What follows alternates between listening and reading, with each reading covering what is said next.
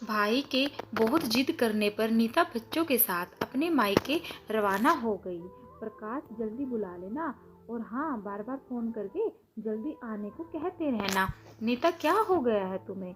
अनिल कब से तुम्हें आने को कह रहा है। जा रही हो तो कुछ दिन आराम से रह कर आओ। भाई है तुम्हारा, अचानक इतनी दूरी क्यों? आराम से रह कर आओ क्यों कह रहे हो तुम? तो बस अपनी आज़ादी से मतलब है, किसी दूसरे की भावना से कोई लेना देना नहीं। कह दिया ना, 2-4 दिन बाद वापस आने की जिद करना, बस यही एक कहा मान लो। रात की ट्रेन में प्रकाश ने नीता और बच्चों को बिठा दिया। ट्रेन अगले दिन सुबह हैदराबाद पहुंचने वाली ही थी। ना जाने कितने विचार नीता के मन को बेचैन कर रहे थे। बच्चे सो चुके थे। ट्रेन के हर झटके के साथ नीता हर बार कुछ नया सोचने लगती। ट्रिंग ट्रिंग की आवाज़ सुन फोन उठाकर कहा, हाँ जी प्रकाश, सोई नहीं? मेरी याद आ रही है? हाँ, अब बाकी तो जिंदगी में बचा ही क्या है। सुनो, ट्रेन समय पर चल रही है, सुबह जल्दी पहुंच जाओगे। ऐसा करते हूँ, अनिल को फ़ोन कर स्टेशन पर ले आने को कह देता हूँ। नहीं नहीं, उसकी कोई ज़रूरत नहीं है, मैं कैब बुक करवा कर खुद पहुँच जाऊँगी। आप तो जाइए, सुबह घर पहुँचकर बात करती हूँ। फ़ोन रख। तो मन में कई सवाल जवाब तहलका मचा रहे थे। मन में पूरे समय मायके की यादें थी, माँ की आवाज़ थी। मैंने अनिल को बोला था ना, ले बिटिया को, अकेले बच्चे और सामान लाना है, मुश्किल होगा। नालायक हिला भी नहीं, पहली बार थोड़े ही आ रही है, सारे गली मोहल्ले से तो परिचित है। वो तो यहाँ की डॉन थी, अपने आप आ जाएगी। बात याद कर एक मुस्कुराहट नीता के चेहरे पर दौड़ गई। अनिल की शादी के बाद सब कुछ कितना बदल गया था। माँ जब लाने को कहती तो कहता, माँ वो आ जाएगी ना, सालों में तो आ रही है, फिर कौन सा बैठने से पहले मुझे फ़ोन कर लेना, आने की बोली है। अरे नालायक, क्या कह रहा है? बहन है तेरी, कितनी खुशी होगी उसे अगर तू लेने गया तो। माँ अब मेरी भी जिम्मेदारियाँ हैं, यहाँ लेने जा ना छोड़ना, इन सब के लिए मेरे पास समय नहीं है। जब एक शहर से दूसरे शहर आ सकती है तो स्टेशन से घर आने में क्या परेशानी है? मना कर रहा है ना, नीता कितनी बार बोला है, पर लेने आने को तैयार नहीं है। माँ रुआसी होकर बोली, कोई बात नहीं माँ, मत कह करो, अब भी बच्चा नहीं है, उसकी भी शादी हो गई है। मेरे जीते जी तो ऐसा मत करो, मेरे जाने के बाद जैसे रिश्ता निभाना है निभाते रहना। छोड़ो ना माँ, क्यों बात का बतंगड़ बनाने में मैं आ जाऊंगी। अपने आप मत कहा करो उसे, ना जाने कितनी बातें उसके मानस पटल पर दौड़ने लगी। जबरन आंखें बंद कर नींद से मुलाकात करने की कोशिश आखिर सफल हुई। सुबह अचानक घबरा कर उठी तो देखा सही समय पर नींद खुली है। गाड़ी स्टेशन पर दौड़ रही थी। बाहर झांक कर देखा तो हैदराबाद लिखा था। बच्चों उठो बेटा, चलो हमें उतरना है, जल्दी करो, नीचे उतरकर कैब बुक करवा लेंगे। अलसाई आंखों से बच्चे अपने अपना सामान लेकर खड़े हो गए। नीता मन ही मन सोचने लगी, अगर माँ होती तो अभी तक 10 बार फोन कर चुकी होती।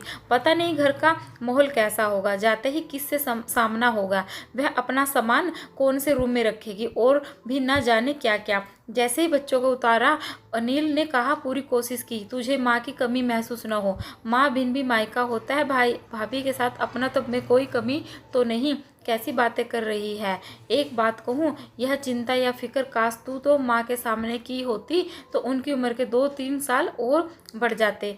आज उनके जाने के बाद वह सब करना जो भी जीते जी चाहती थी। सब कुछ होते हुए भी अनिल भारी मन में बोला, पहले लगता था जब मैं खुद काम कर रहा हूँ तो माँ बार बार बोल कर क्यों टोक कर करवा रही है। अब समझ में आता है वह उसकी चिंता थी और चिंता में छुपा प्यार। हम बड़े हो गए थे पर शायद उसके लिए तो बच्चे ही थे। पर यह सब समझ आया उसके जाने के बाद। लेकिन तू है ना बिल्कुल माँ जैसी। नीता को अनिल की बातों में अपना तो दिख रहा था। पूरे दिन में मन भारी था। देखते देखते 15 दिन बीत गए। मायके की हर चीज़ में माँ की मौजूदगी आज भी थी। कल रवानगी थी, शायद इसलिए मन बुझा बुझा सा था। सब देर रात तक बातचीत करते रहे। अचानक भाभी को कुछ याद आया। अरे दीदी, माँ के कमरे में उनका एक बक्सा रखा है, वह शायद उनके सबसे अजीज बक्सा था। यह उसकी चाबी है, मैं चाहती हूँ आप उसे खोलो। ऐसा क्यों माँ, कि हर चीज़ पर तुम्हारा अधिकार है, जब हमने किसी भी चीज़ के लिए कभी कुछ नहीं कहा। तो आज यह संदूक और उसकी चाबी। दीदी, माँ हमेशा कहती थी इसमें पूंजी मेरे बाद नीता ही है जो उसकी कीमत समझ सकती है। बुरा मत मानिएगा, अच्छा होगा अगर इसे आप ही खोले। कांपते हाथों से नीता ने संदूक खोला। दुनिया भर की कतरनों से भरा बक्सा ऊपर से सब हटाती चली गई। पापा का कुर्ता पजामा रखा था, खादी का देख ले आया है, इस बार खादी का कुर्ता संभाल कर रखा है, अनिल के जन्मदिन पर पहनूंगा। दुनिया आगे बढ़ रही है, लोग सूट कोट पहनते हैं और आप हद करते हो जी। पूजा पाठ थोड़ी है, लेकिन अनिल के जन्मदिन का अरमान मन में दबाए पापा एक दुर्घटना का शिकार हो गए। सब कुछ यही छोड़कर चले गए। शायद माँ के लिए पापा की पसंद का कुर्ता उस दिन से बेहद अजीज हो गया था। नीचे देखा तो भाई के मुंडन के कपड़े, अन्न प्रशासन के कपड़े रखे थे। हर एक चीज़ माँ की ममता से भरी हुई थी।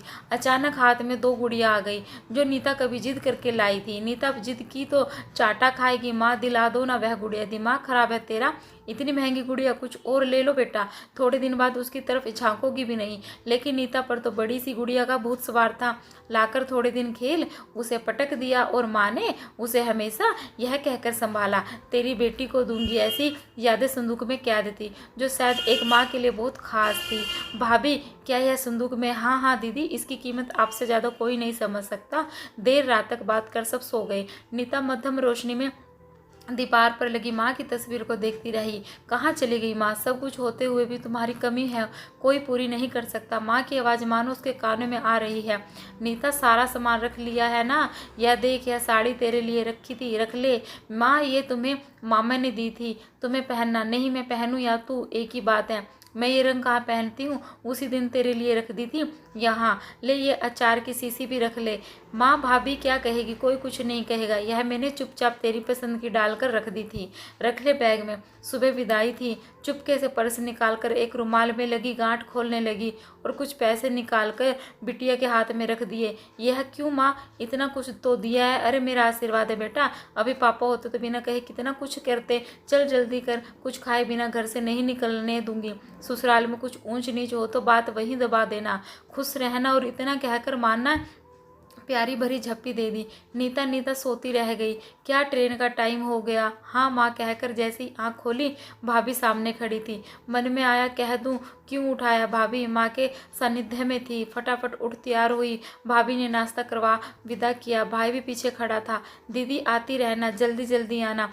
सीने से लग दोनों के आंसू छलक पड़े। कभी पराया मत समझना, तेरे मायके में तेरा सम्मान हमेशा इसी तरह होगा, यह भाई का वादा है। नीता मुस्कुराकर माँ की फोटो को प्रणाम कर जाने लगी। जा रही हूँ माँ, आज तेरे बगैर मायका क्या होता है ये जान लिया। तुम सिर्फ आंखों में से दूर हुई हो, तुम्हारी मौजूदगी तो मायके शब्द में ही है। घर पहुँच गुमसुम बैठी थी। क्या मैडम, तुम तो 2-4 दिन में आने वाली थी? प्रकाश ने पूछा। भाई के मुंह में बंद कर रह गई। खूब अवगत कर दी भाई ने। सारे गिले शिकवे लगता है दूर कर गए। तुम सो जाने से पहले घबराई थी, कैसा लगा माँ बिना मायका? आंखों में आंसू लिए भरे गले से बोली, माँ बिन मायका नहीं होता। उसकी मनोहार डांट प्यार सब अपने आप में अनूठा होता है। उसके गले लगना, उसकी बातों से अपना बचपन माँ जी लेना, अपने बच्चों की पसंद नापसंद सब मायके में माँ पूरा करती है। बेशक अनिल ने पूरी कोशिश की माँ की कमी ना खले, लेकिन वही बात है, यह एहसास करा गई कि कल तक कुछ भी बोल देने वाला, लड़ झगड़ अपना प्यार जताने वाला भाई आज जिम्मेदारियों में बंधकर मुझसे कितना हो गया है। जिन बातों के लिए माँ उसे ताना देती थी फिर भी वह पूरा नहीं करता था, आज उन्हीं सब बातों का ख्याल रख वह अपनी जिम्मेदारियां बखूबी निभा रहा है। माँ के जाने से मेरा भाई दूर हो गया, उसकी जगह एक जिम्मेदार पति, पिता और रिश्ता निभाने वाला भाई खड़ा था। आंसू पोंछकर बोली, माँ बिन मायका कैसा? माँ बिन मायका की कल्पना करने से भी रूह कांपती है। अनिल आते आते कह रहा था कि जल्दी आना, यही तो मायके की दूरी का आभास हुआ। पहले मन में जाने की उत्सुकता थी। माँ हर घड़ी कहती, लाडो कब आ रही है? सच में प्रकाश मायके में चाहे कितना भी आपका इंतजार हो रहा हो, माँ बिन मायका मायका नहीं होता। यह कहानी आपको कैसे लगी हमें कमेंट करके ज़रूर बताएं। कहानी अच्छी लगे तो वीडियो को लाइक, सब्सक्राइब व चैनल को